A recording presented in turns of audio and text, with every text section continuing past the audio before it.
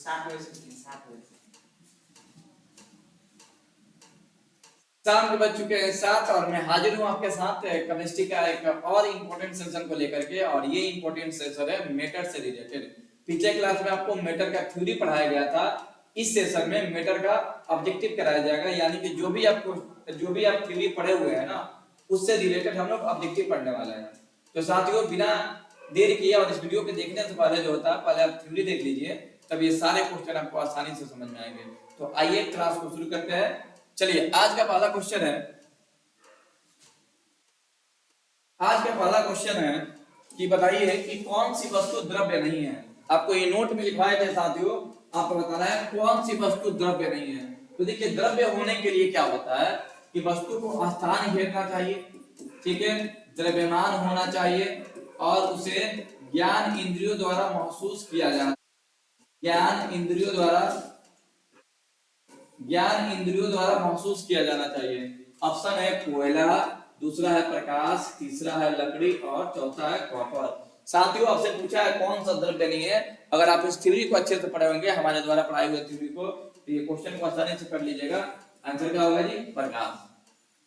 आपको बताए थे कि लव, फ्रेंडशिप, ठीक है, लाइट, ये सभी जो होता है द्रव्य के उदाहरण नहीं होते हैं। तो आपका आंसर जो होता है आंसर नंबर बी होगा। अगला क्वेश्चन देखेंगे। अगला क्वेश्चन है कि एम ग्राम द्रव्यमान के लुप्त होने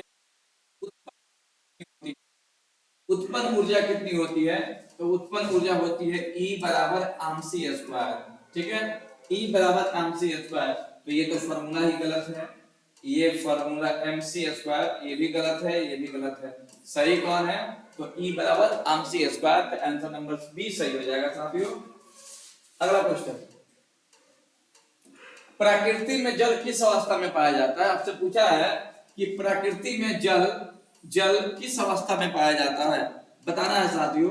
ऑप्शन है ठोस, ठोस और द्रव, गैस, तीनों अवस्था में कि गैस। तो देखिए साथियों, प्रकृति में जल की बात करें हम, तो जल द्रव अवस्था में पाई जाती है। कौन सी अवस्था में पाई जाती है? द्रव अवस्था में। जल जो है,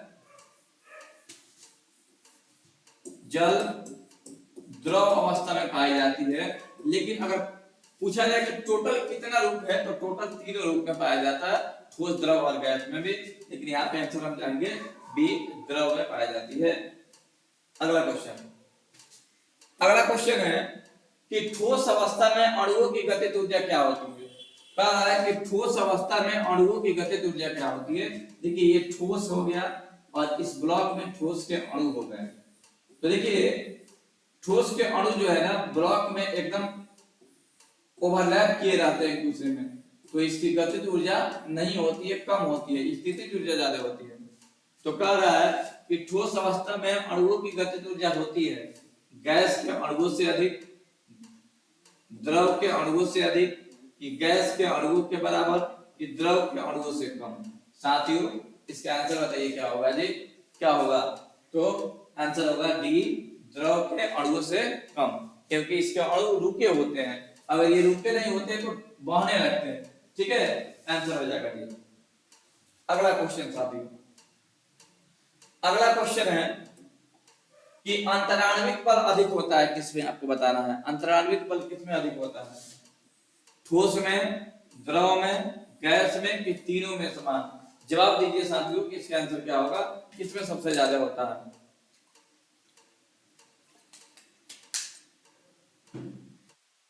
बल साथियों सबसे अधिक होती है किसमें? ठोस में होती है, ठीक है, और अंतराण्विक स्थान किसमें होता है? गैस में होता है। अगला क्वेश्चन देखेंगे। अगला क्वेश्चन है साथियों कि जिस ताप पर द्रव का वाष्प दाब वायुमंडलीय दाब के बराबर होती है, उसे क्या कहते हैं? बहुत शानदार क्वेश्चन। वायुमंडलीय दाब के बराबर हो, उसे क्या कहते हैं? उस ताप को गलनांक कहते हैं, कि हिमांक कहते हैं, कि क्वथनांक कहते हैं, कि क्रांतिक ताप कहते हैं? जवाब दीजिए साथियों कि जिस ताप पर द्रव का वाष्प दाब वायुमंडलीय दाब के बराबर हो जाती है, ठीक है, तो उसको हम लोग क्वथनांक के नाम से जानते हैं। अगला क्वेश्चन कह रहा है कि किसी पदार्थ को ताप में बढ़ाने से, किसी पदार्थ के ताप बढ़ाने पर उसके अणुओं की गतिज ऊर्जा में क्या होती है?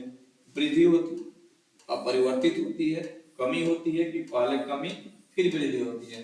साथियों आपको जवाब देना है क्या होती है, तो याद रखिएगा जब भी किसी पदार्थ को गर्म करेंगे तो अणु उत्तेजित अवस्था में आ जाएगी, यानी कि क्या होगी? वृद्धि होती है। ठीक है, अगला क्वेश्चन देखिएगा। अगला क्वेश्चन है क्वेश्चन नंबर 8। क्वेश्चन नंबर 8 कह रहा है कि जिन वस्तुओं का आयतन तो निश्चित होता, आकार अनिश्चित होता है, उसे कहते हैं, आपको बताना है साथियों कि जिसका आयतन निश्चित है, आयतन निश्चित है, आयतन निश्चित है पर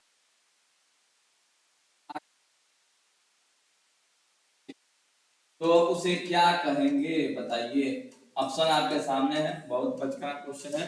द्रव, गैस, ठोस, इनमें से कोई नहीं, बताइए। तो इसका आंसर होगा द्रव, क्योंकि द्रव का आयतन निश्चित होता है, आकार अनिश्चित होता है। तो बोतल में रखेंगे तो बोतल आकार का हो जाएगा, ग्लास में रखेंगे ग्लास आकार का हो जाएगा, आकार बदल जाएगा।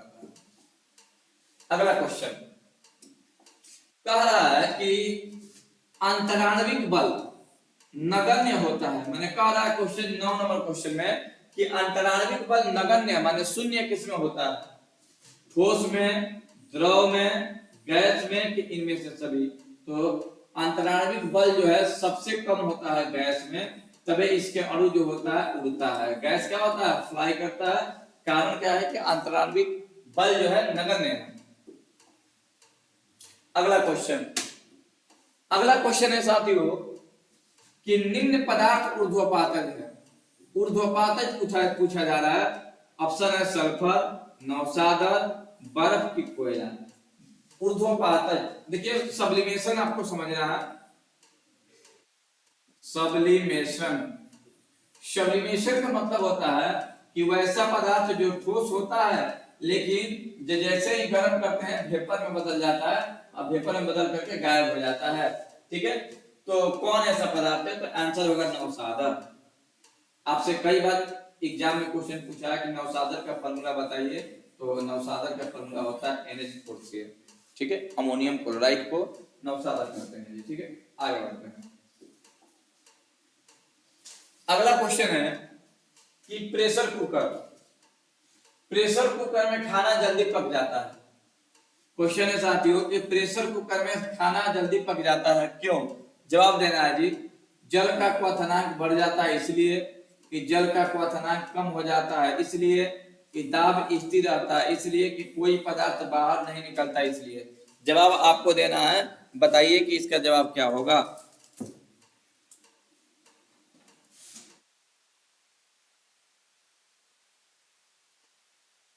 चलिए जी बताइए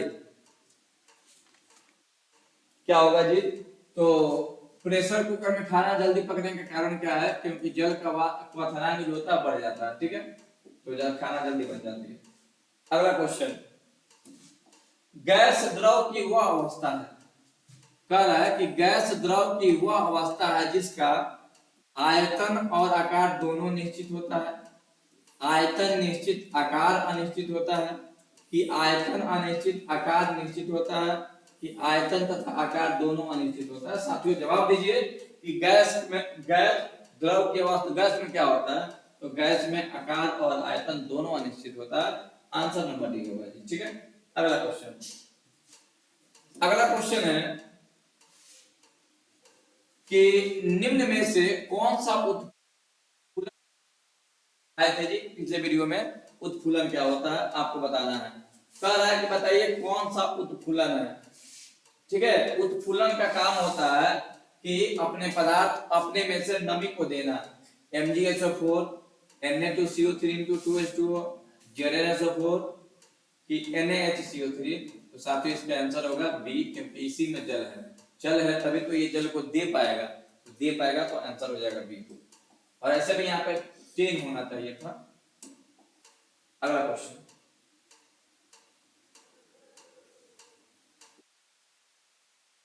अगला क्वेश्चन देखिएगा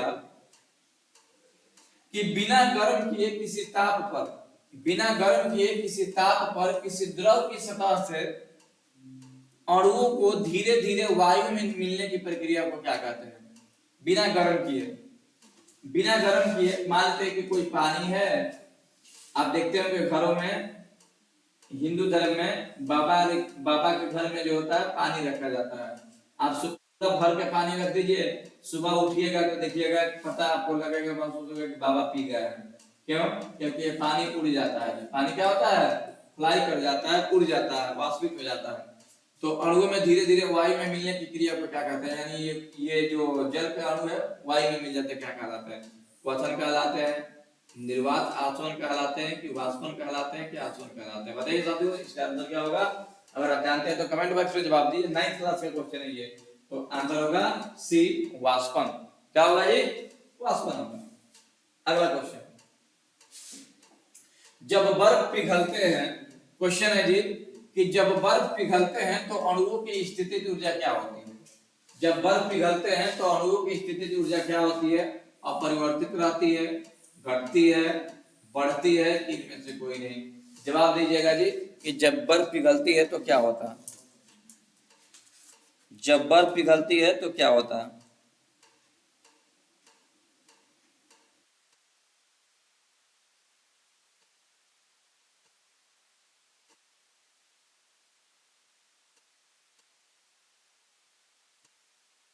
तो जब बर्फ पिघलती है तो पिघलेगी, तो मान लेते हैं कि ठोस अवस्था में, और जब पिघलेगी तो द्रव में हो जाएगी, तो स्थितिज ऊर्जा घटेगी और गतिज ऊर्जा बढ़ेगी, यानी कि घट जाएगी। ठीक है,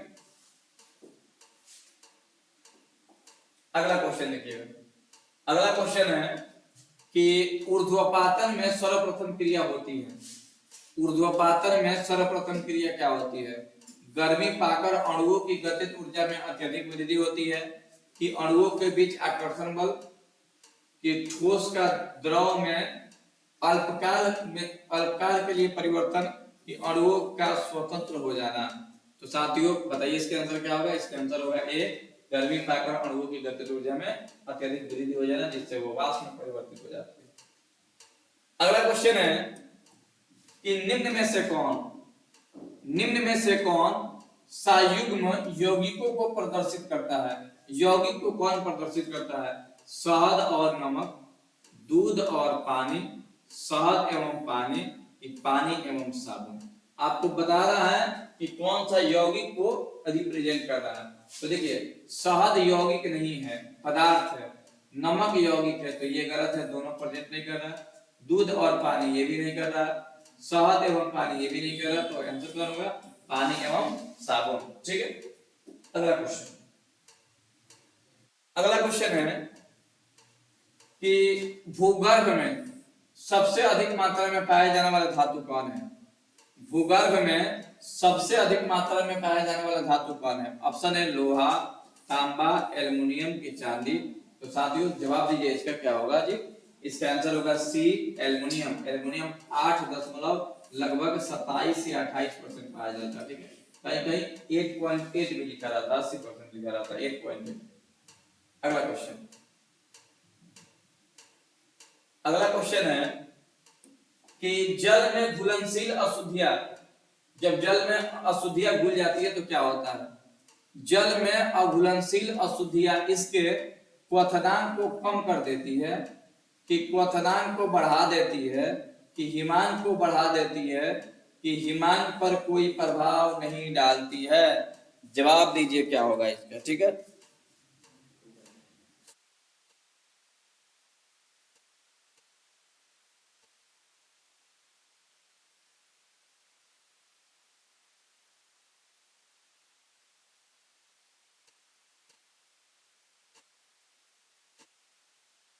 बताइए जी।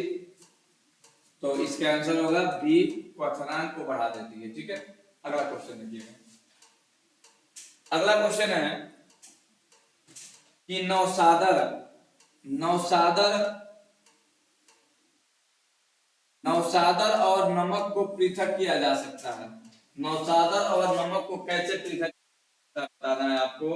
ऑप्शन है क्रिस्टलन द्वारा, प्रभाजी क्रिस्टलन द्वारा, ऊर्ध्वपातन द्वारा, कि इनमें से कोई नहीं। देखिए नौसादर और नमक को गर्म अलग करना है, तो जैसे ही हम इसे गर्म करेंगे नौसादर उड़ जाएगा, नमक बच जाएगा, तो कौन सा विधि होगा जी? ऊर्ध्वपातन विधि होगा। ठीक है, अगला क्वेश्चन। अगला क्वेश्चन है कि निम्न में से मिश्रण है टूथपेस्ट, संगमरमर, लोहा, दूध, सोना, स्याही, चीनी, वायु या जल। आपको बताना है कौन मिश्रण बताना है। ठीक है, तो लोहा, चीनी, स्याही ये होगा, कि वायु, सोना, दूध, संगमरमर ये होगा, कि टूथपेस्ट, दूध, स्याही, वायु ये होगा, कि टूथपेस्ट, दूध और जल होगा। तो आंसर होगा सी, क्योंकि टूथपेस्ट भी क्या है? मिश्रण है, दूध भी मिश्रण है, स्याही भी मिश्रण है और वायु भी मिश्रण है। ठीक है, वायु की जगह पे ऑक्सीजन देता तो नहीं होता। अगला क्वेश्चन।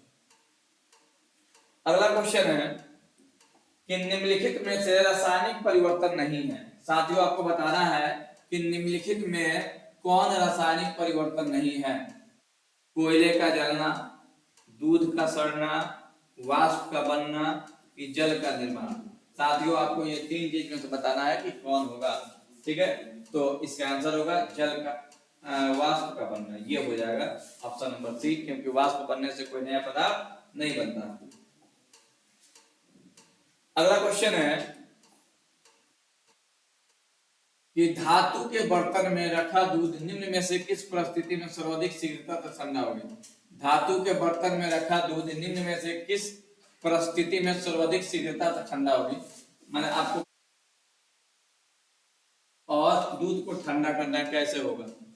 जब बर्तन के ढक्कन पर पर्याप्त बर्फ रख दी जाए, कि जब दूध के बर्तन को बर्फ के सिल्ली पर रख दिया जाए, कि जब बर्फ को बर्तन के चारों ओर रख दिया जाए, जब बर्फ को उपयुक्त सभी दशाओं में सही होगा। इसका आंसर सबसे सटीक होगा सी, कि अगर बर्तन के चारों ओर अगर हम बर्फ रख देंगे तो जल्दी ठंडा हो जाएगा। अगला क्वेश्चन है कि निम्न में कौन सा तत्व है।